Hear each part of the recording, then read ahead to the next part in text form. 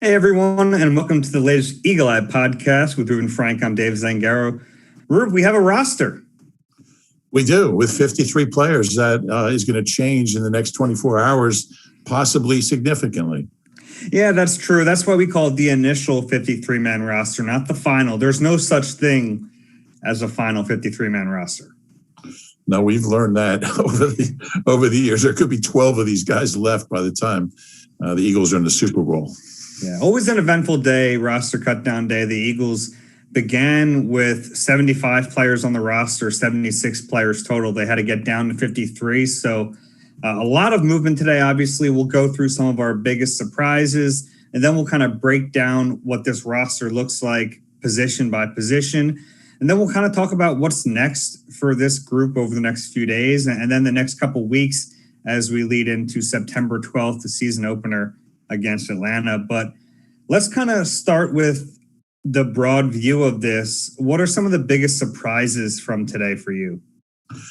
You know, for me, it's just how developmental this roster is and, heavy on draft picks. You look at late round guys like Marlon Tuipulotu and Patrick Johnson, Teron Jackson. These are guys who are promising. I mean, we didn't see a lot from Marlon. The other two guys kind of were promising. But these are late round picks that I think with a conventional roster in a normal year, you might be looking at all three of them on the practice squad, and one or two of them could end up there by tomorrow. But certainly I would think Marlon has a chance. But it's a roster where the emphasis is on youth, draft picks, and guys they saw promise in who might not be ready to play. I mean, seriously, Teron Jackson had a really nice game. He had a couple of good weeks, but where's he going to play? You would hope he would be a core special teamer, but I don't know. I don't know that he's certainly not going to get reps at pass rusher. So, and I think the same thing with a lot of these guys. But considering where the Eagles are as a franchise with a young quarterback and a rookie coach, I do think there's some value in keeping some of those guys. Yeah, and I think you can even extend that thought process to Landon Dickerson, who, they didn't have to activate him right now. They could have said, we'll keep that roster spot open. We'll put him on the NFI, and which would mean he would miss 6 weeks, which isn't insignificant. But even if he's not, he's a backup right now on this team. Eventually he'll be a starter at one of those positions, but he's a backup right now. And they valued this period for him, the first 6 weeks of the season, where he can at least practice more than getting another guy on the roster. So I think you're right. I mean, that's a good way to look at what they've done here. And Jeff Lurie wasn't shy about where this team is right now, where the roster is, and that this is kind of going to be a little bit of a developmental year. It doesn't mean they're not trying to be competitive, but you're right. I think this initial roster backs that up. For me, I look at the skill positions, 5 receivers, 3 running backs. Something tells me that that's not the way they're going to go into the season. The Jordan Howard cut surprised me a little bit. I didn't think he had some great camp. I thought he looked better than I expected. And based on the way they used him in training camp, I thought he had this roster made. That was the biggest surprise cut for me, I think. Even bigger than Travis Fulgham in a way. Yeah, I would agree with that. He was getting first team reps. He was the first back that we saw on the field, I think, in at least one or two of the preseason games. Fulgham, I don't think really. I think the only reason you keep Fulgham is because of the 5 games last year. He didn't do anything to win a job, certainly since in training camp. Jordan Howard, I thought, had a good camp, and he, this is a very young running back room with Boston Miles and Gainwell, and he's the veteran guy. He's a different kind of runner. He's a tough inside runner. So that did surprise me. But I guess when you look at it, where's the value in playing older guys over younger guys? Hassan Ridgeway might be a better player right now than Marlon Tuipulotu, but what are you going to gain by having him take reps from? And I think that goes throughout the team. You just want to get as much as you can on these young guys. Might win a game. I mean, that would be I'm not arguing that, but that would be the counter logic is they're in this rebuilding, retool, whatever you call this period this year, but they've also been pretty clear they want to be competitive. And you're looking at an NFC East that should be wide open. So I think there is probably a balance there of, hey, we want to be competitive versus, we want to develop these young guys. And there were so many, we talked about this the last pod, but there are so many factors in this roster to figure out the 53 was almost impossible this year. And the vested veterans were part of that. They cut guys like Hassan Ridgeway and Andrew Adams, Richard Rodgers, who are all vested veterans who their contracts and their salaries would have been guaranteed if they made the initial roster, so they can bring them back. There's a lot of these games going on, a lot of different Jordan factors. Howard fits in that group too. He does, yes. So I don't know if that's their thinking there, but certainly possible. All right, you want to go through position by position, and we'll go through what they kept and what they got rid of. And again, I know a lot of fans think it's unfair for teams to do that to veterans, but this is the system the players collectively bargained. This is what they wanted. And so the teams are going to take advantage of every rule in the book that benefits them. Yeah, I mean, and this team especially is always happy to find any slight advantage. They're going to take advantage of it, and they do quite a bit. All right, so let's go through quarterback. No surprises here. Once the Eagles traded for Gardner Minshew, we knew they were keeping 3. You wrote a piece last week. Someone was going to lose a spot because of it. Jalen Hurts, Joe Flacco, Gardner Minshew.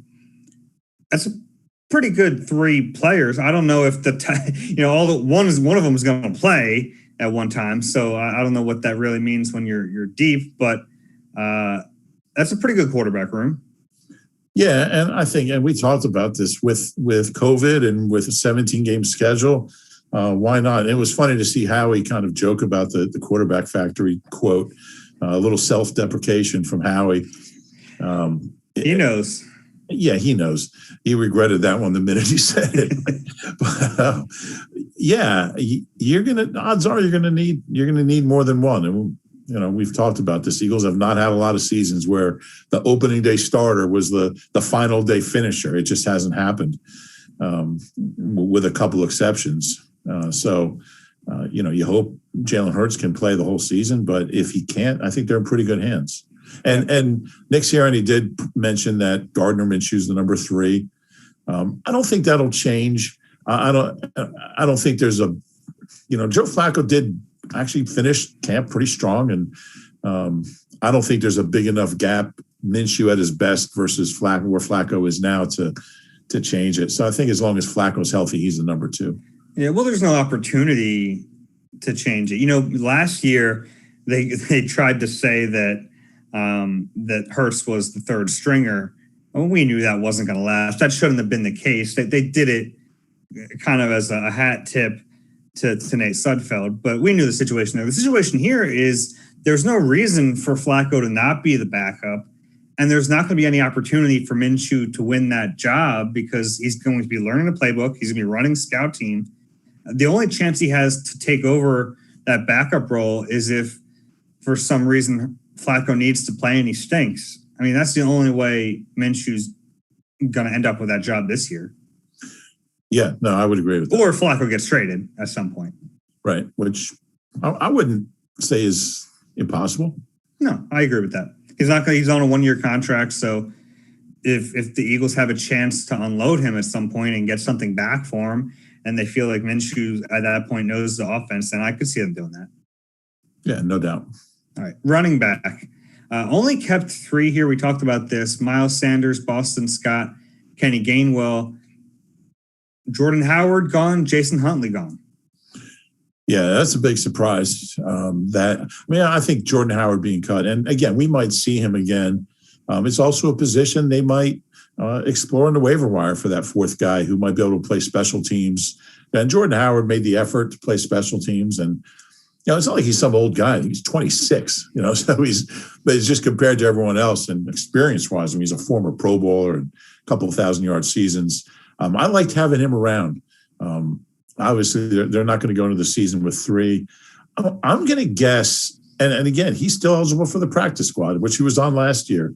everybody's eligible for the practice squad. You could put, Clyde Simmons on the practice squad right now, but I think that the fourth back won't be Jordan Howard on the 53. I just have a hunch it's a position they're going to want, a younger guy, more of a receiving back, and a guy who can play special teams.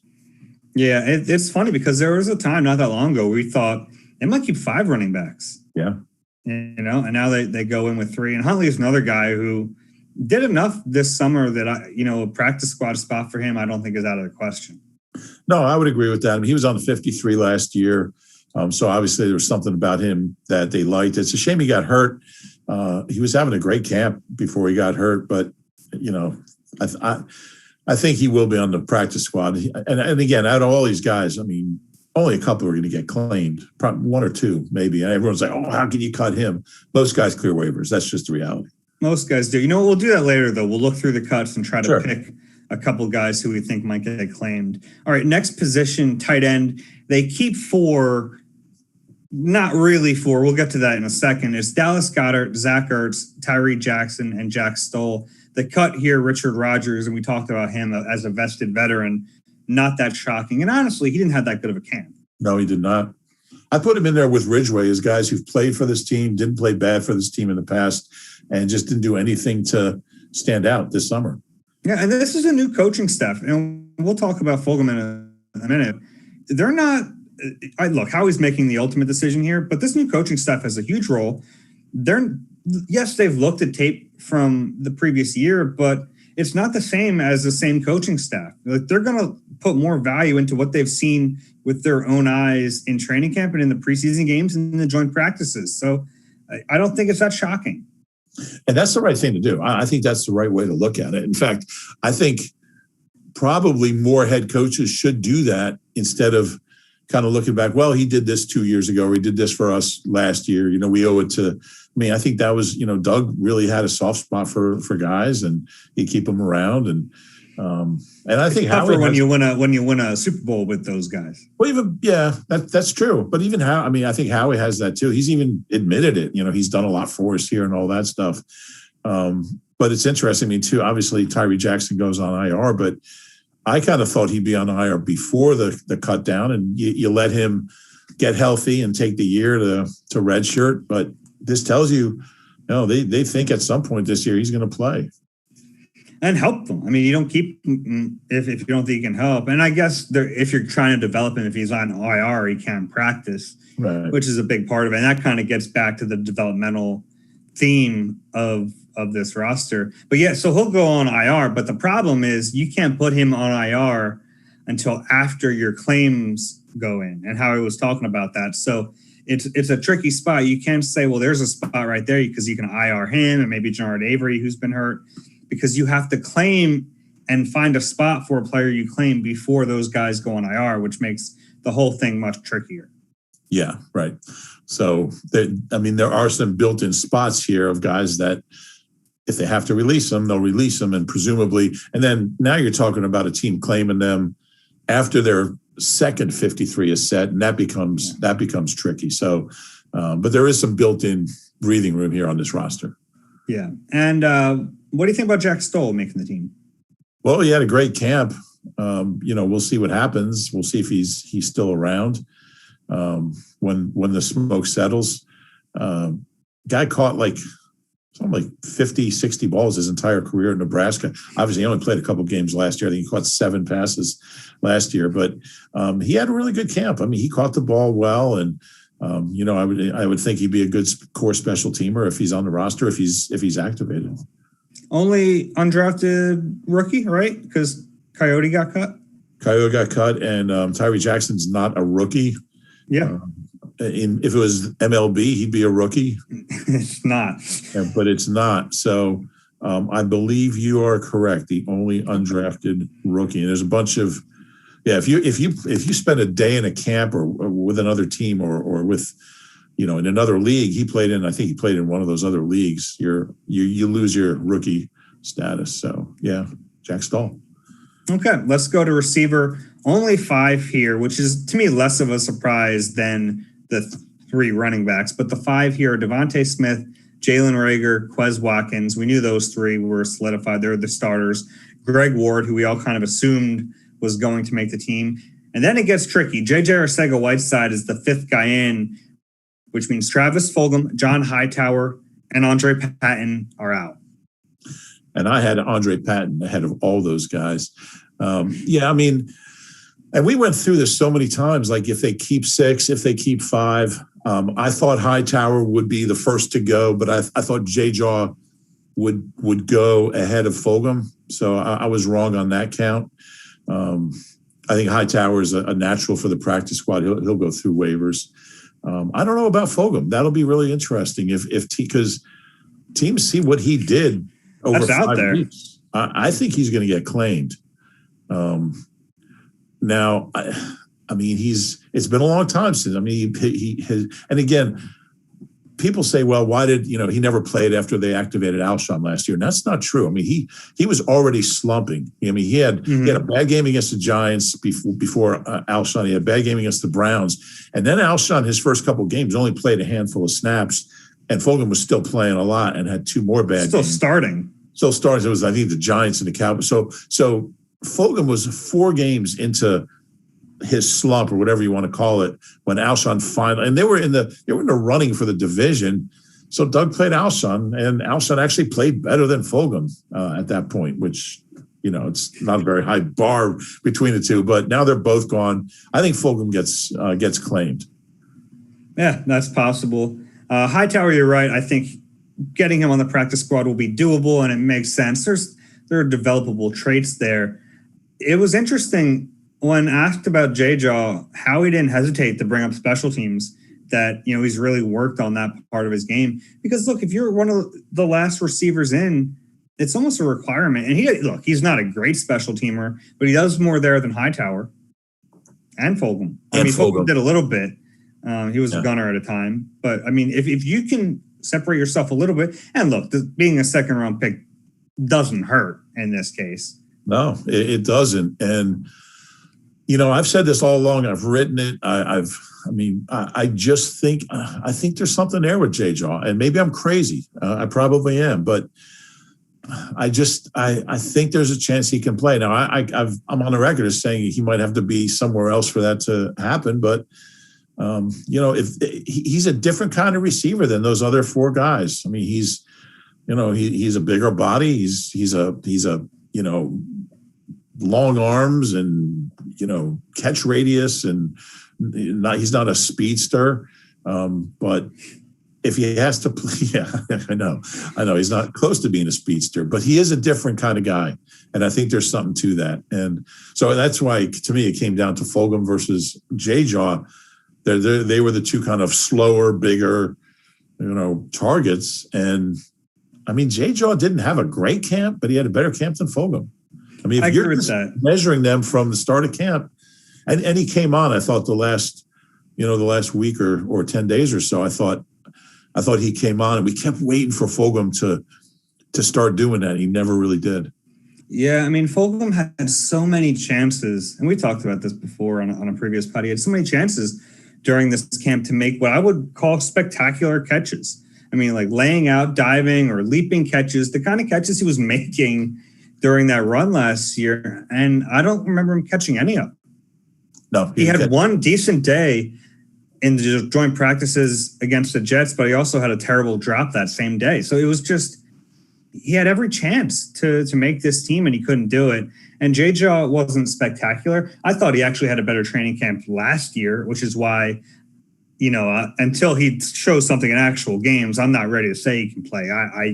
I'm still very skeptical about him, but sure. He was more consistent, and he did make more plays than Fulgham, and he finished stronger. And especially in that last game, you saw Fulgham had a chance, and I'm not going to kill him for this because he's trying to get in the end zone, but the ball gets stripped. It's a touchback. Meanwhile, J-Jaw has a great touchdown, and then on the ensuing kick, gets a special teams tackle. Well, the guy was down. The guy was down there. He was just the first guy, but he did.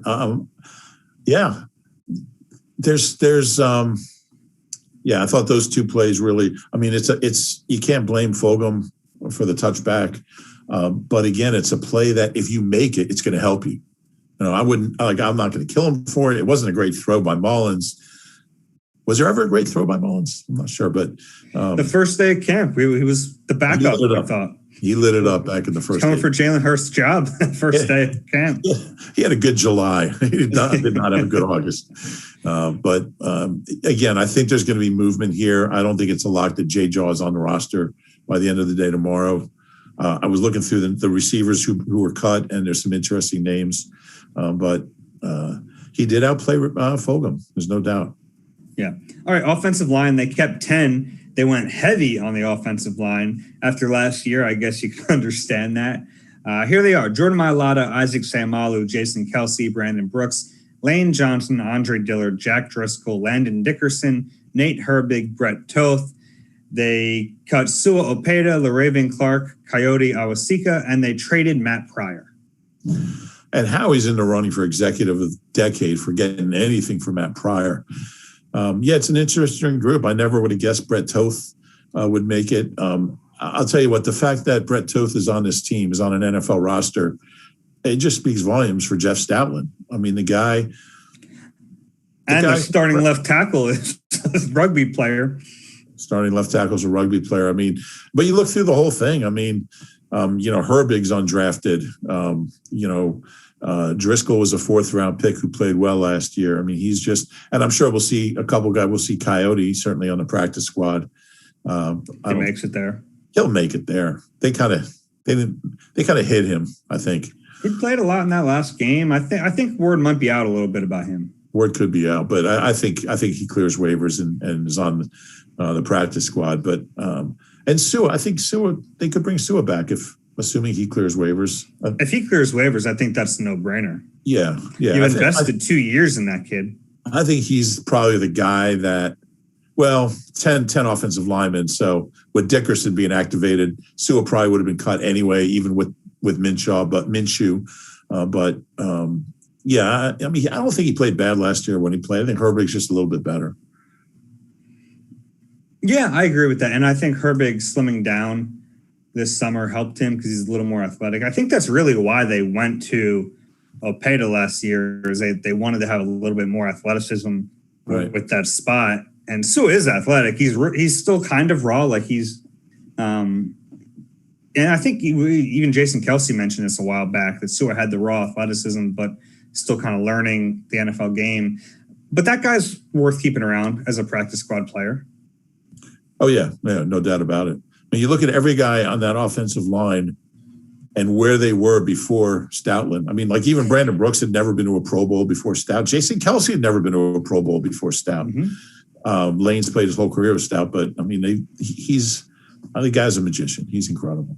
Yeah, and LaRaven Clark, who knows? Maybe either they put him on the practice squad or they tell him, stay by your phone. He didn't look bad when he got back from the PUP list. So it was a tough ask because, I mean, he only came back about, 8-9 days ago. Yeah, it was tough. But, I mean, if he doesn't get picked up by another team, you tell him to stay in shape and you say you never know what happens. Yeah, good chance of that.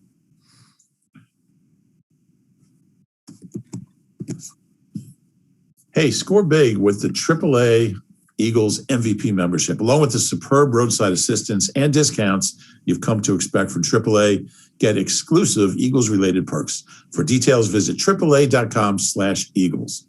All right, you want to go through this defensive list here? Let's do it.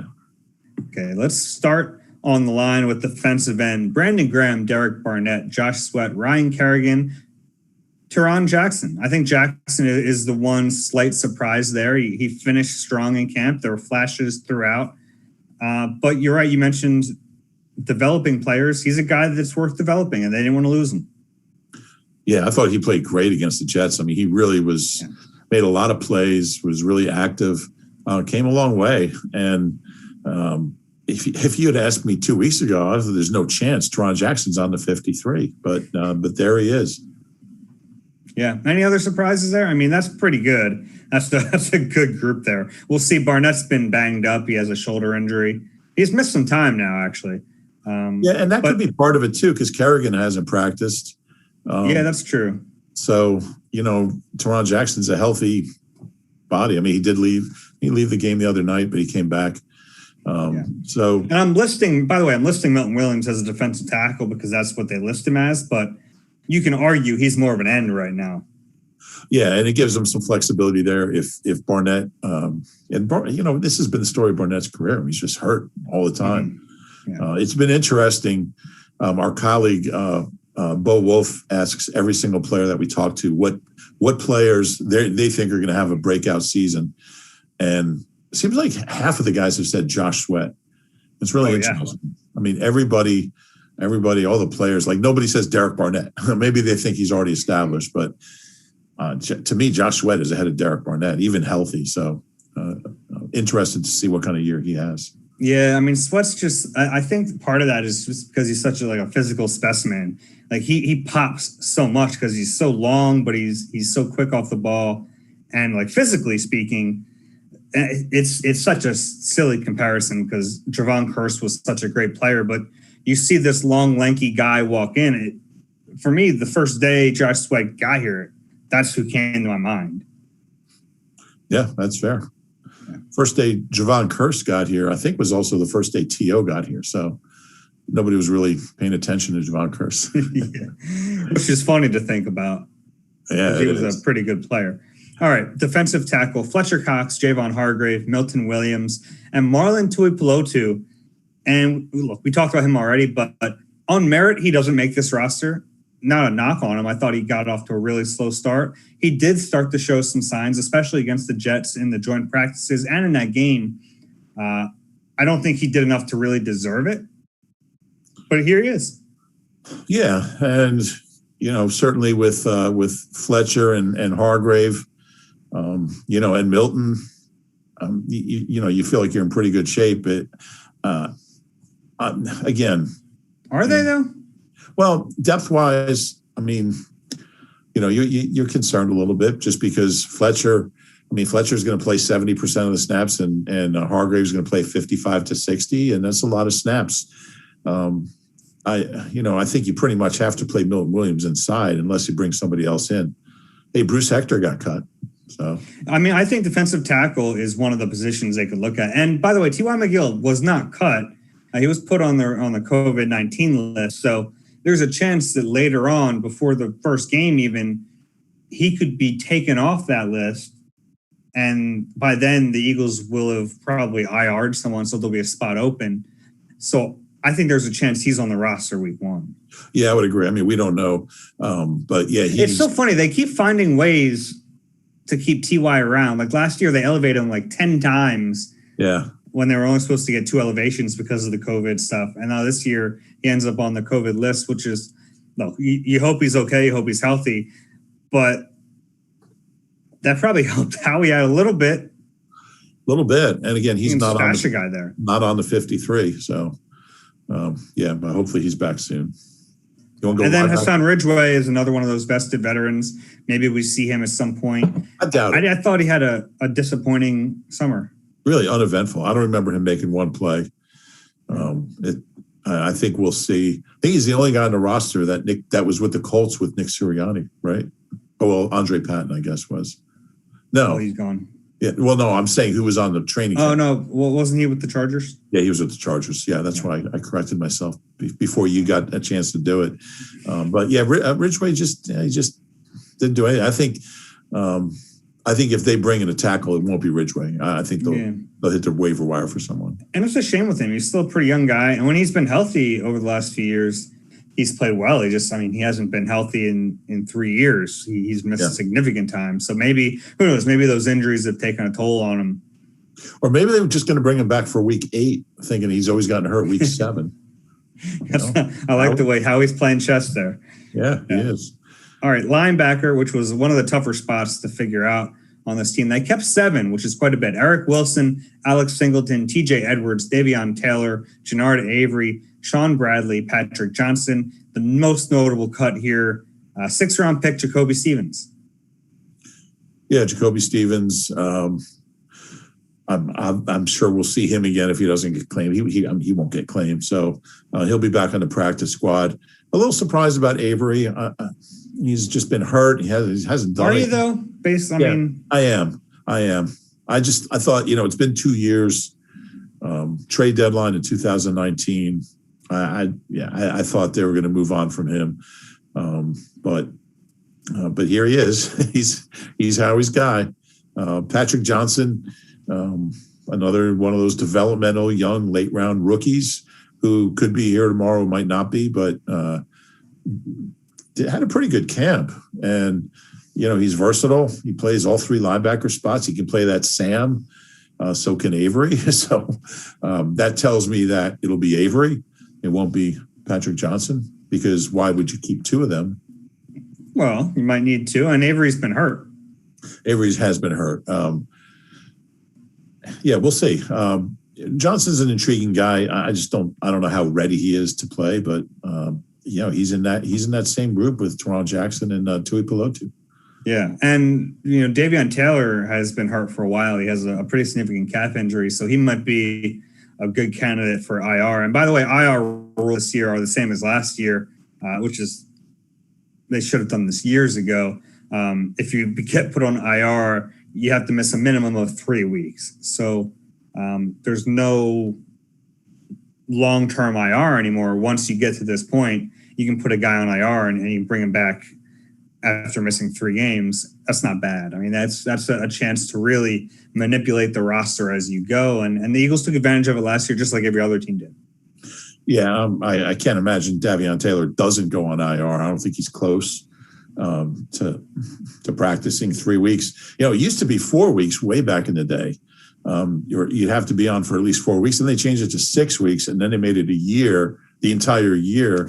And then I think they had exemptions. They had like 1 or 2 guys you could recall after so many weeks. But you had to designate them. You had to designate them. And you had 2 designations. When they went on IR. So I like this system, and it really makes sense. I mean, why would you limit, especially in a 17-game season? It just makes sense. So I would think Taylor goes on IR. Sean Bradley's a guy who I thought helped himself. I thought he was really active against the Jets. I think he's going to be a really good special teamer. I'm not sure how much he's ready to help out at linebacker, but like you always say, I mean, they're going to play 2 backers. They're going to be very few snaps with 3 backers. So it's really Eric Wilson and Singleton and then TJ Edwards and then the Sam guy. We don't know how much Gannon's going to play. That's kind of like this hybrid guy. I don't have a sense how much that guy's going to play. 8 to 12. I mean, based on what we saw at training camp, that's the 3rd linebacker. Right. So, I do think there's a chance that Singleton could play that position. They haven't shown it yet. Yeah. I think there's a chance that Singleton could play that position, then they could get TJ out there at the other spot. I thought TJ quietly had a decent camp. I agree with that. Yeah. Because I thought coming in, he's a guy who, he started some games. He's a short tackler, but he's an undrafted guy a couple of years ago. I thought he was on the bubble coming into camp, but I thought he's gotten better. I thought he's covering better. I thought he had a good camp. So I'll tell you what, I write a lot of little inside how the magic happens here. I write some little blurbs for the tracker, so I'm ready to go if and when guys get cut. Didn't write one for TJ Edwards. That's how confident I was he was going to be. Wait, you start before the cuts? You mean you're allowed to do that? I would never. Never occurred to me. I don't know. I think TJ Edwards and Sean Bradley are going to be core special teamers. Davion Taylor might be once he's healthy. But remember, Sean Bradley was kind of ahead of him last year in special teams role. Yeah. I think he led the team in special teams reps. I think Bradley did. And did he? Yeah, he's a good one. Pride of Rancocas Valley, Red Devil. That is true. All right, I'm going to move on before Rube starts talking about his track career. Cornerback, there are 5. Darius Slay, Steve Nelson, Avonte Maddox, Zach McPherson, and Josiah Scott. Craig James, the big cut here. Yeah, Josiah Scott came on, and he was one of those guys that he would make a play, and we'd kind of look at each other like, whoa. You were on him early. I got to tell everybody, Dave was on Josiah Scott early saying that he's got a chance to make this team. Well, they traded for him, so it wasn't like and I don't think I ended up keeping him on my last 53 man. I had Craig James on. I'm trying to talk you up. Yeah, well, Craig James, pretty good special teams player. I know he's struggled to stay healthy, but They cut him and Elijah Riley, by the way. Two guys who could really help this team from a special teams perspective. And they did it on Michael Clay's birthday also. They did. Today was Michael Clay's birthday, and they cut his two best special teamers. What a mess. Yeah, really, that's not very nice. But, I mean, I don't know what kind of special teamer Josiah Scott is. He better be a pretty good one. 5'9". Yeah, I know. So they kept I think they kept him. Not look. He had a good camp, and I get that he's a skilled nickel corner, but to me, they kind of toward the end of camp, he got a few snaps outside, but he's a nickel, so you're keeping a nickel only backup. Yeah. That'd be tough to justify for me. Yeah, no, that's a fair point. But I guess they feel like he's developable, and Avante's going in the last. He could be the starting nickel next year. I guess that's the way they look at it. And Craig James could be on the practice squad by this time tomorrow as well. Safety only kept 4: Rodney McLeod, Anthony Harris, Kayvon Wallace, Marcus Epps. I think this is even more notable because Kayvon's been banged up. He's been injured, so they cut Andrew Adams, Elijah Riley. Am I reading into it too much, or does it look like Rodney might be ready for week 1? I think that tells you pretty clearly Rodney will be ready for week 1. I mean, you don't do that. You don't go, especially because Kayvon's hurt.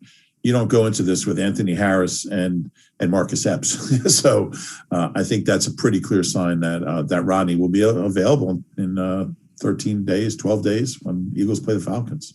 Yeah, I thought Andrew Adams had a shot to make it for that reason, because I thought, if you want a guy to start that first game that's not Rodney, you probably want the guy with more experience. He started like 30 games in his career. Yeah. Yeah. He's played significant time. Yeah. Yeah. So it's, that's the first thing I thought of when I saw both those guys were cut was Rodney's playing in the opener. Yeah, you're probably right. All right. 3 specialists: Jake Elliott, Aaron Sipas, and Rick Lovato. They ran unopposed this year. No surprises there. So what's next for this roster, Rube? Wow, that was abrupt. Well, I do. You want to talk about Rick Lovato and how he looked this summer? I thought he snapped really well. Yeah, I really did. I thought he came on. The last 2 weeks. No, I do think they'll be active again. Special or waiver claim priority is based for the first, I think, 6 weeks of the season on your record last year. So it goes in draft order, basically. So that tells you the Eagles are going to an initial draft order. Original draft. Yeah, you can't trade. If Howie could trade, he would trade for waiver claim spot. Yeah. He would do it. But so which is 6, by the way. Yeah, so they're so that means that if 5 teams file a waiver claim on a player, whoever has the highest waiver claim priority gets that player. So that also means you have to get rid of someone who's on your roster. So when you're 6th, you have a pretty good chance to get that player. So, and obviously, unless 1 through 5, someone in there also files a claim. Now I think it's week 6 waiver claim priority goes to the current regular season record. So yeah, I'm thinking at least 3 guys. I was just about to ask you. I was going to put the over under at 2.5, but you beat me to 3 guys. I think a D tackle. I think a D tackle. I think a receiver, and then I think an X factor in there. How about a running back? Could be a running back. See, I think they're going to bring Jordan Howard back, but could be a running back. How Howie doesn't like running backs to have a lot of mileage on them. So I think I could see a secondary player too. It could be a Huntley. Yeah. I could see an outside corner, depending what happens with Craig James or a safety, just because they're so thin there. But I think 3 guys is a good number. Yeah, the last time they did that was 2016. So maybe they can keep the streak going with a first-year head coach. It makes sense, though. You're turning over the roster. And I think what we saw in training camp, the preseason, some of the deep depth on this team left a little to be desired. Is deep depth, isn't that like redundant? Deep depth? No, I think there can be middle depth on a football team. Okay. I have to sleep on that one, but yeah, I think we saw in the second half of most of the preseason games, the depth on the team wasn't great. Yeah. there's definitely room for changes. Nothing against some of these rookies, but I think that it could even be more than 3. It really wouldn't surprise me. I think they're going to be really active. That would be a lot. I mean, 3's a lot. Yeah, and again, these are guys that you're going to have to. The tricky thing is you have, they get into the building. They can't even get into the building till the end of the week, right? I think they have to pass 2 COVID tests just to get in the building, and then you got to coach them up and get them acclimated and teach them the system, at least the basics of it, pretty quickly. So, you wouldn't expect these guys to play in the opener or early in the season, but they might have to. Especially you look at D tackle. You bring in a guy, he might have to play. So it'll be interesting. But I think 3 or 4 guys is realistic. Yeah, you might be right there. All right, who do you think of the Eagles waived players has the most likelihood of getting claimed? By another team, who that was waived has the highest likelihood of getting Is it Fulgham? You mentioned Fulgham earlier. Team. I think it's Fulgham. I do. I do think he gets claimed. I don't think a lot of those guys will. The other names that kind of pop to me are Sua Opeta, just because he has some experience in the league. I think people know about him a little bit. I think Coyote has an outside chance, and maybe Jason Huntley is the only other name that sticks out to me. I'd say Craig James. Teams are always looking for outside corners. Okay. I think there's a chance. And he's a good special teamer. I would say Fulgham 1, Craig James 2. Oh, interesting. Yeah. Okay. Yeah. Which one is the least? No, we won't do that. Anything else you want to talk about on this roster? No. It's just that we're just getting started. A lot to come. Hey, it's been a year full of uncertainty, but one thing is certain. Independence Blue Cross can help you make the healthcare decisions that are right for you and your family. Choose coverage you can count on with the region's strongest network. Independence Blue Cross. Learn more at ibx.com. Some breaking news from Tuesday's press conference. I never would have guessed. I'm shocked. We're all in shock. Jalen Hurts is this team's starting quarterback. Yes. Who'd have thunk it? Yeah, I really thought Clayton Thorsten had a shot. I thought Kyle Lauletta had a shot. Once I saw Nick Mullins play, I really thought he was in the mix. But I understand why Nick didn't want to announce it, right? And we all knew it. I mean, like Nick even said, you guys saw he played every rep. He got every rep with the first team since the first day of camp. But he wanted. First, I think he wanted consistency. He didn't want to name anybody a starter, and including the quarterback. And he wanted, he said he wanted to see Jalen take the reins. He wanted to see him earn it. And I understand that. I get that. He wanted to see him kind of take command of the position, take ownership of it without it being handed to him, even though we all knew it was his job. And I get that. Dave's looking at the scans. I mean, whatever. It's not a big deal. He can have his reasons. I thought it was silly. Say he was like, we all knew it was a starter. I'm just trying to rationalize it. It was. Yeah, I get it. I mean, we all knew he was a starter. So whatever. I mean, he is. And I thought overall he had a really good summer. I was impressed by him in 2 phases. I mean, I was impressed by him, just the presence he has. And you can tell that he's revered by his teammates. And we started to see that. In a way that, excuse me, this is not a knock on anybody in particular, on any quarterback in particular. I'm not referring to anyone specifically. But you can, I mean, the way his teammates talk about him, the reverence, the guys on defense, the reverence they talk about Jalen Hurts. We haven't seen that around here with a quarterback since Nick. That doesn't really leave a lot of... room for the imagination. But in all seriousness, they really do gravitate toward him, and they respect him, and they appreciate his work ethic, which is, off the charts. And I think he had a good camp. Look, I don't know how it's going to go, but I think it's going to be fun to watch him. Yeah, and I just kept digging myself diggers. Yeah, I know. I mean, we started to see that last year, and I think that in a way, it was almost a problem last year because we saw it so early. But this year, it's very welcome. It's a very welcome character trait to have. Whereas last year, it not that it wasn't, but it made things trickier last season. This year, we all know the situation, and it's been good. And honestly, he's impressed me on the field more than I thought. He can sling it. It's based on, look, I'm not fully convinced that he's a good enough thrower to be their long-term solution. I'm just not. And that's not a knock on him. But I'm pleasantly surprised by what I've seen in training camp. No, I think that's fair. I I would agree with both of those elements of that statement. I think the one thing that Nick said that I really agree with was he was impressed with the way Jalen ran and understanding when not to run.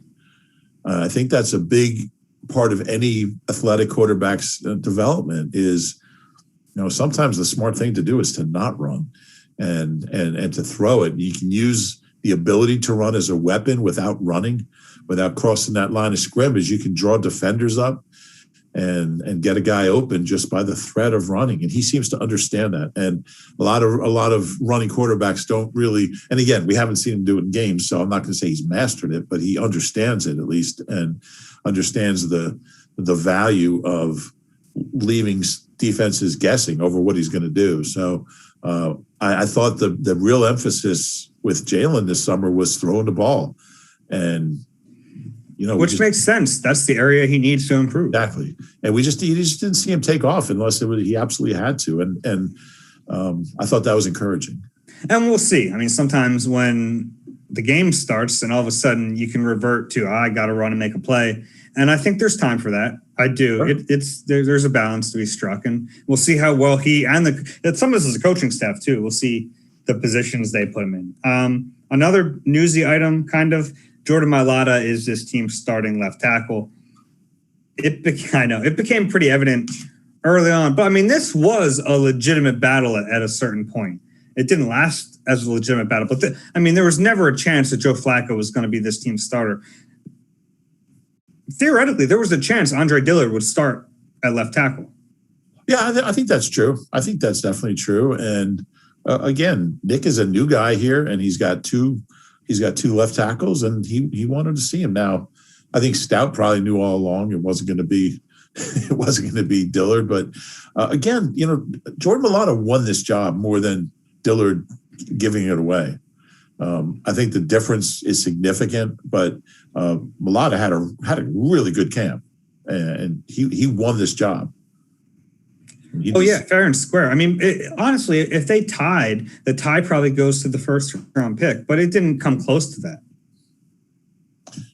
Interesting. I don't know if that. Yeah, I don't know how you can tie, but I think you can tie. I think it was clear. Yeah, I guess you could. It was clear to me. I mean, it was clear to most of us after a week. Yeah, I don't even know if it took that long. I mean, Mailata's just a better player right now. Yeah. But I thought Nick Sirianni chose his words carefully. He talked up Andre Dillard because he's still on the team and he's the backup left tackle, at least for now. We'll see. Maybe they try to trade him at some point because they did keep Brett Toth around. And so you have Jack Driscoll. You have other options. But right now, Dillard's on this team, and based on the way things have gone the last few years, they're probably going to need him at some point if he stays here. Yeah, I mean, yeah. I really think that that Dillard helped himself against the Jets. He really did play well in that game. It's probably it's the first time we've seen him play in a couple of years. It's probably the best we've seen him play ever, preseason game. But Brett Toth, you mentioned Brett Toth. I mean, that's a crazy story. This is a guy who never pass blocked in college. I mean, they threw the ball I looked it up, and they threw the ball 31 times his entire college career in Army. I mean, they just ran down after down after down. And I remember he had to play. He had to go in and play one game last year, and he looked lost. It's another Stoutland miracle. I mean, what he's able to do, it's incredible to get this guy to the point where he can be on a 53. I don't know if he'll ever play, but If you had asked me, in July 27th when camp started, whether Brett Toth had a chance at the roster, I said, no way. Yeah, well, they've always really liked him. They lost him a couple years ago when they released him, and it was kind of a surprise claim, at least to me. Arizona claimed him, and the Eagles had to wait their turn to get him again. I guess they just figured we're not losing this guy again. There's something there. Yeah, no, that's a good point. But here he is, and he's come a long way. Yeah, he has. Anything else before we wrap this up? No, I think tomorrow's going to be a fun day, and yeah. And any former Eagles? Are you surprised? Any former Eagles who got Cody Parkey got cut apparently? To be honest, I haven't had a chance to really look through the other teams. Anyone surprise you? Damian Square. I saw some of that. Jordan Matthews, Josh Adams. Josh Adams got cut. I would sign Josh Adams. I would claim him. Would you? Yeah, he runs hard. I think he can do better than that. Yeah, probably. Yeah, never mind. Sharif Miller, I didn't realize he was in a camp. Former Eagles 4th round pick. It is funny. There's all these names that you just, that guy. Prince Tego Onogo got cut by the Chiefs. Did he really? Mm-hmm. I thought he had shot. Yeah, there's a bunch of those guys. But knowing Howie, we'll see a couple of them back here tomorrow. He likes bringing guys back. We know that. Yeah, that's a good point to wrap up on. If you enjoy the Eagle Eye podcast, please rate and subscribe wherever you get your pods. The YouTube audience, we appreciate you too. Please click like and subscribe there. That's it. We'll be back with you later in the week to figure out what's next for the Eagles. For Reuben, I'm Dave. We'll talk to you soon. Yeah.